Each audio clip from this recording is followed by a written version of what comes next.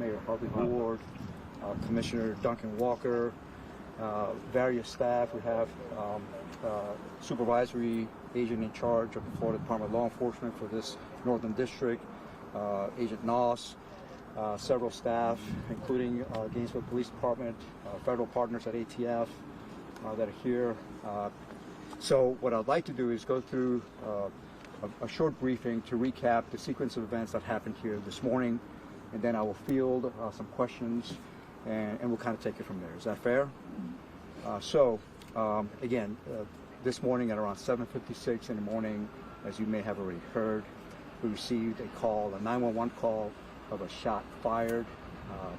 Immediately thereafter, our officers were on scene within the minute, only to discover that a suspect that had been identified in a red vehicle that is still on scene was now trying to leave the area after having been identified as a suspect involved. The officers in marked police cars got behind this vehicle, and immediately the subject stopped his vehicle and absolutely assaulted our officers and met them with gunfire in an ambush-style attack. Our officers, by the grace of God, were able to engage the suspect in a violent exchange of gunfire, resulting in the death of the assailant, who passed on scene. Of course, as you can imagine, it was a chaotic scene in the middle of morning rush hour traffic, which brings into light some great concerns that we had upon arriving here, because we had our motoring public, our businesses that are trying to make a living, all having to deal with this as it's unfolding, again, in a very violent manner. Immediately thereafter, once we were able to secure our 2 police officers that were wounded in the exchange and get them treated and taken to the hospital, we of course began a search of the area. Information that we had received took us to a nearby business, a lumber yard, where the initial suspect was seen entering. We sadly discovered a subject inside of the business that was also deceased and suffered a gunshot wound as well. So we now believe confidently that it is the same suspect that entered the business after having parked not far from here at 1300 East University Avenue behind the KFC, walked over to the lumberyard, engaged the victim therein, walked back to his car, and as he attempted to flee, was met by our officers, and the rest as I've told you. So, any questions on Chief, that? I have a question. Yes, How are the 2 officers doing right now, and what can you tell us about their recovery? Well, I will tell you that any time that our staff, our police officers, are injured, it's always difficult for me. But in this case, the officers, when I arrived on scene, very shortly thereafter, I could see that they were both wounded. One in the lower extremity, one in the upper extremity. Both were ambulatory, transported to Shands Hospital, where they are receiving treatment, and they are expected to recover fully. I've since met with them and their families to express my gratitude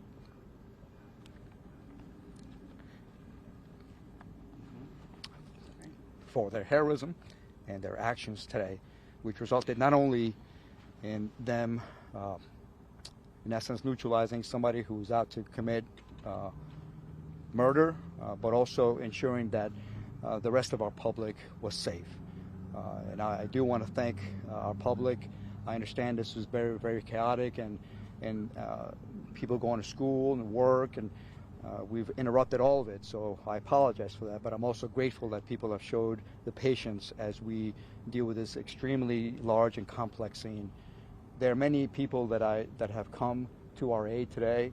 I certainly want to thank the Florida Department of Law Enforcement. This is now a dual investigation. We have a homicide scene that will be run by the Gainesville Police Department, and we have an officer-involved shooting that will be managed by the Florida Department of Law Enforcement.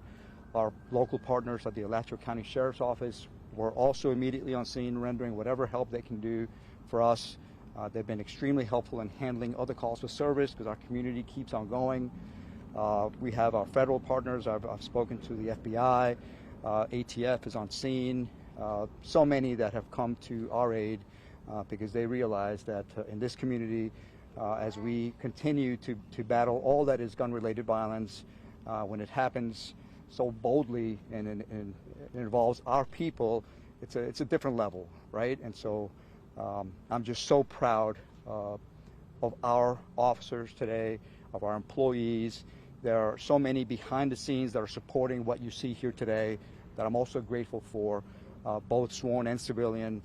Our legislative body that's with me today, our city management, everybody in this community comes together, and this certainly showcases that. Sadly, we have a homicide victim, and we have an assailant who was neutralized by our officers today. So the message that I continue and that we continue to say in this community is we continue to battle gun-related violence by any means necessary.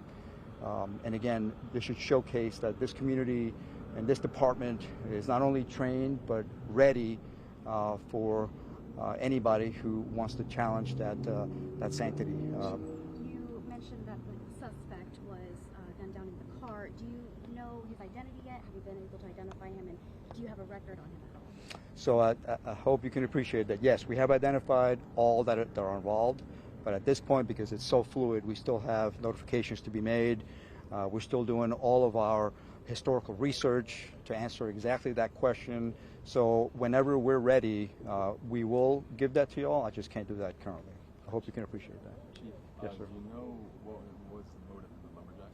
We do not at this point have a clear picture of what that looks like. We do know that there was clear intent. Do you know how he got the gun? We have not gotten into that. As I stated before, we have many partners here who will help us answer those questions in time.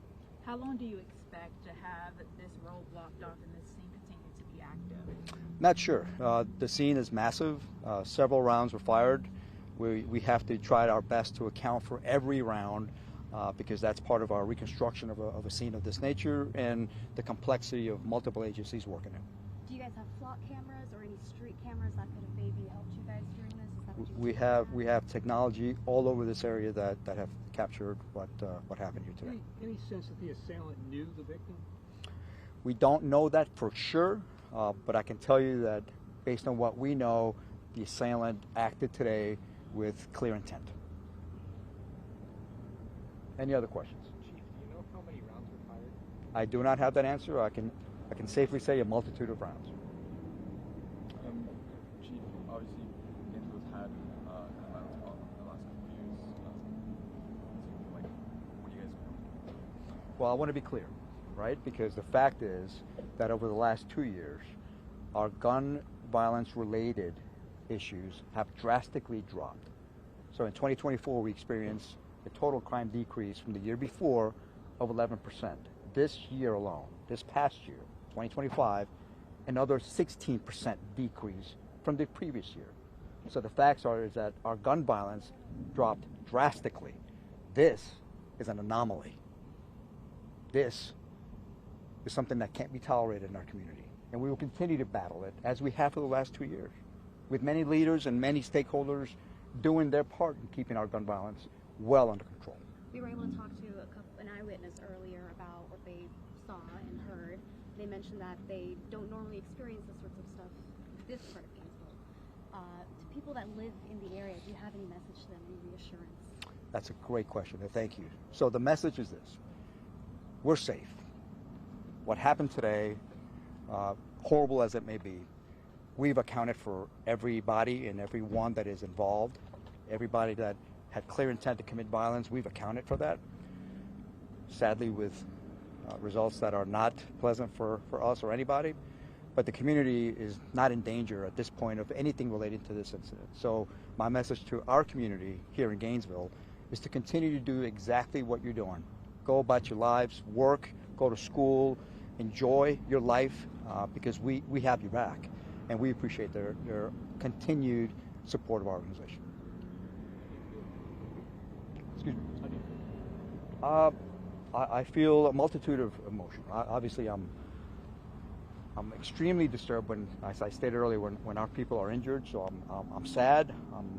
I'm also very grateful that their injuries they will recover from fully. So I'm thankful to God that it could have been way worse. I assure you, I have reviewed some video, and I assure you that this assailant had clear intent, and we were not only lucky but trained, and that our response to that was met with success. Do you know how long it's been since officers have been shot? Since multiple officers have been shot in Gainesville? I do not know that. We can get that answer. Hopefully the answer is 0, but I don't have that answer. I just want a quick clarification on what happened. So it was the first people that responded were the 2 officers that were shot, one in the extremity upper and one lower, and the third one was the one that shot and killed the shooter. Again, there was a multitude of rounds exchanged by several officers. Certainly the 2 that were injured. The 3rd officer arrived on scene. So at this point, it's difficult for us to say what round led to what, but we do know that there was a hellacious gun battle that resulted in what I've briefed you on. Did all 3 arrive at the same time, or was it sparse out? Seemingly, they arrived immediately after the 911 call was placed. So they appeared to have been in the area very closely, and they were here within seconds. And the 2 that were shot, were they partners? Yes, they belong to the same shift. Okay. And then the third one was in a different car, I imagine. All 3 were in different cars, all part of the same squad. Got it. Okay, short of any other questions. Sir? Your name? Last name is Moya, M as in Mary, O-Y-A, first name Nelson, and Police Chief for the City of Gainesville. What I'd like to do, if you will allow it, please, I'd like to turn it over to our City Manager and to a couple of our legislators, because I think their words are important not only to our citizens, but to our officers as well. Thank you all. Thank you for your patience. Thank you, Chief Moya. This is the worst call that, as a city manager, you ever want to have to take. But I'm incredibly thankful for the bravery of the officers who responded, the speed at which they responded, our partners who, as Chief mentioned, are supporting the investigation. And I'm glad that this is not something that is, we're talking about a different scenario with officers more seriously hurt, and I'm glad that the overall incident is contained, as Chief indicated. But I'm so proud of the officers that responded. I'm proud of the men and women that are work for our law enforcement agencies here in town, and I am very looking forward to the ongoing investigation here as we go forward. And with that, I'll turn it over to the mayor. Hello, everyone. My name is Harvey Ward. I'm the mayor of Gainesville. I first of all want to express my condolences not only to the folks who have experienced loss of life, the families of those folks, and to those injured, but also to the surrounding neighborhoods. This is traumatic, no question. I grew up just a few blocks from here, and it's not the sort of thing that happens in the middle of University Avenue. It's just not. To your question earlier, we had in 2023, there were 16 people murdered in Gainesville. Last year, 24, there were 8. 25, there were 3 in a city of 150,000 people. And this is certainly not the way we want to start the year off, but as the chief mentioned, this is an anomaly, and the most important thing I can tell you to folks who are in the surrounding neighborhoods, you are safe. This is not an ongoing situation. It was an anomaly. It is traumatic, certainly, to everyone who's experienced it, and certainly to everyone within Gainesville Police Department and the entire city organization. I do want to report to you that I spent some time this morning at Shands with the 2 officers who were injured. They're in good spirits, and I expressed my appreciation for their excellent work, and talked with their families and with them. They're both wide awake and again in very good spirits. And you know, I want to appreciate everyone who so quickly got on scene here. Not only GPD, but Gainesville Fire Rescue, Alachua Sheriff's Office, Alachua County Fire Rescue. The ability of this community to show up with such professionalism so quickly following such a traumatic event is something that warms my heart as a member of this community. And I want you all to hear that very clearly, that you know the response to this was immediate, and that folks in the neighborhood are safe, the officers are in good spirits and recovering well. And I'm proud of the work that everyone involved has been able to do. I'm devastated that they needed to do any of that in the first place, but I want to reassure everyone that you are okay, and it's going to be okay. You know, certainly we will all be thinking and praying on this and doing everything that we can to act as well and make sure that we do not do everything we can to make sure we don't experience this again. So let me introduce my colleague, Commissioner Desmond Duncan Walker, the Commissioner for District 1. Thank you very much, Mr. Mayor. Thank you to everyone who has responded on today. I want the individuals in District 1 to hear a very clear message that not only states that you are safe, but that the Gainesville City Commission will continue to bring resources to bear to ensure that safety as we move forward. I have fielded a number of phone calls from constituents, friends, and family members who are concerned, as they should be. But just know that as we continue to move forward, as we continue in the spirit of recognizing that gun violence is a public health issue, that those resources will continue to be brought to bear. It's my understanding that we have trauma response teams that are on the ground, and that is something that is significant. There are a lot of people who are shaken, a lot of people who have a lot of questions. There are businesses who have some shell casings around, some bullets that are lodged inside, and that, needless to say, brings forward the idea that we need to throw our arms around each other and we need to respond. Help is on the way. This is an isolated case. District 1 will continue to grow stronger, and I have full confidence that we are going to continue to address gun violence in meaningful, effective, impactful ways, and that this will just continue to be one of those things that will not become the norm. The city of Gainesville will continue to respond in very strategic and meaningful ways, and this is just going to be it. So I thank everybody for their response today. I just want you to be comforted and know that the city is 100% on top of things. I also would be remiss if I did not acknowledge everyone who lost someone today.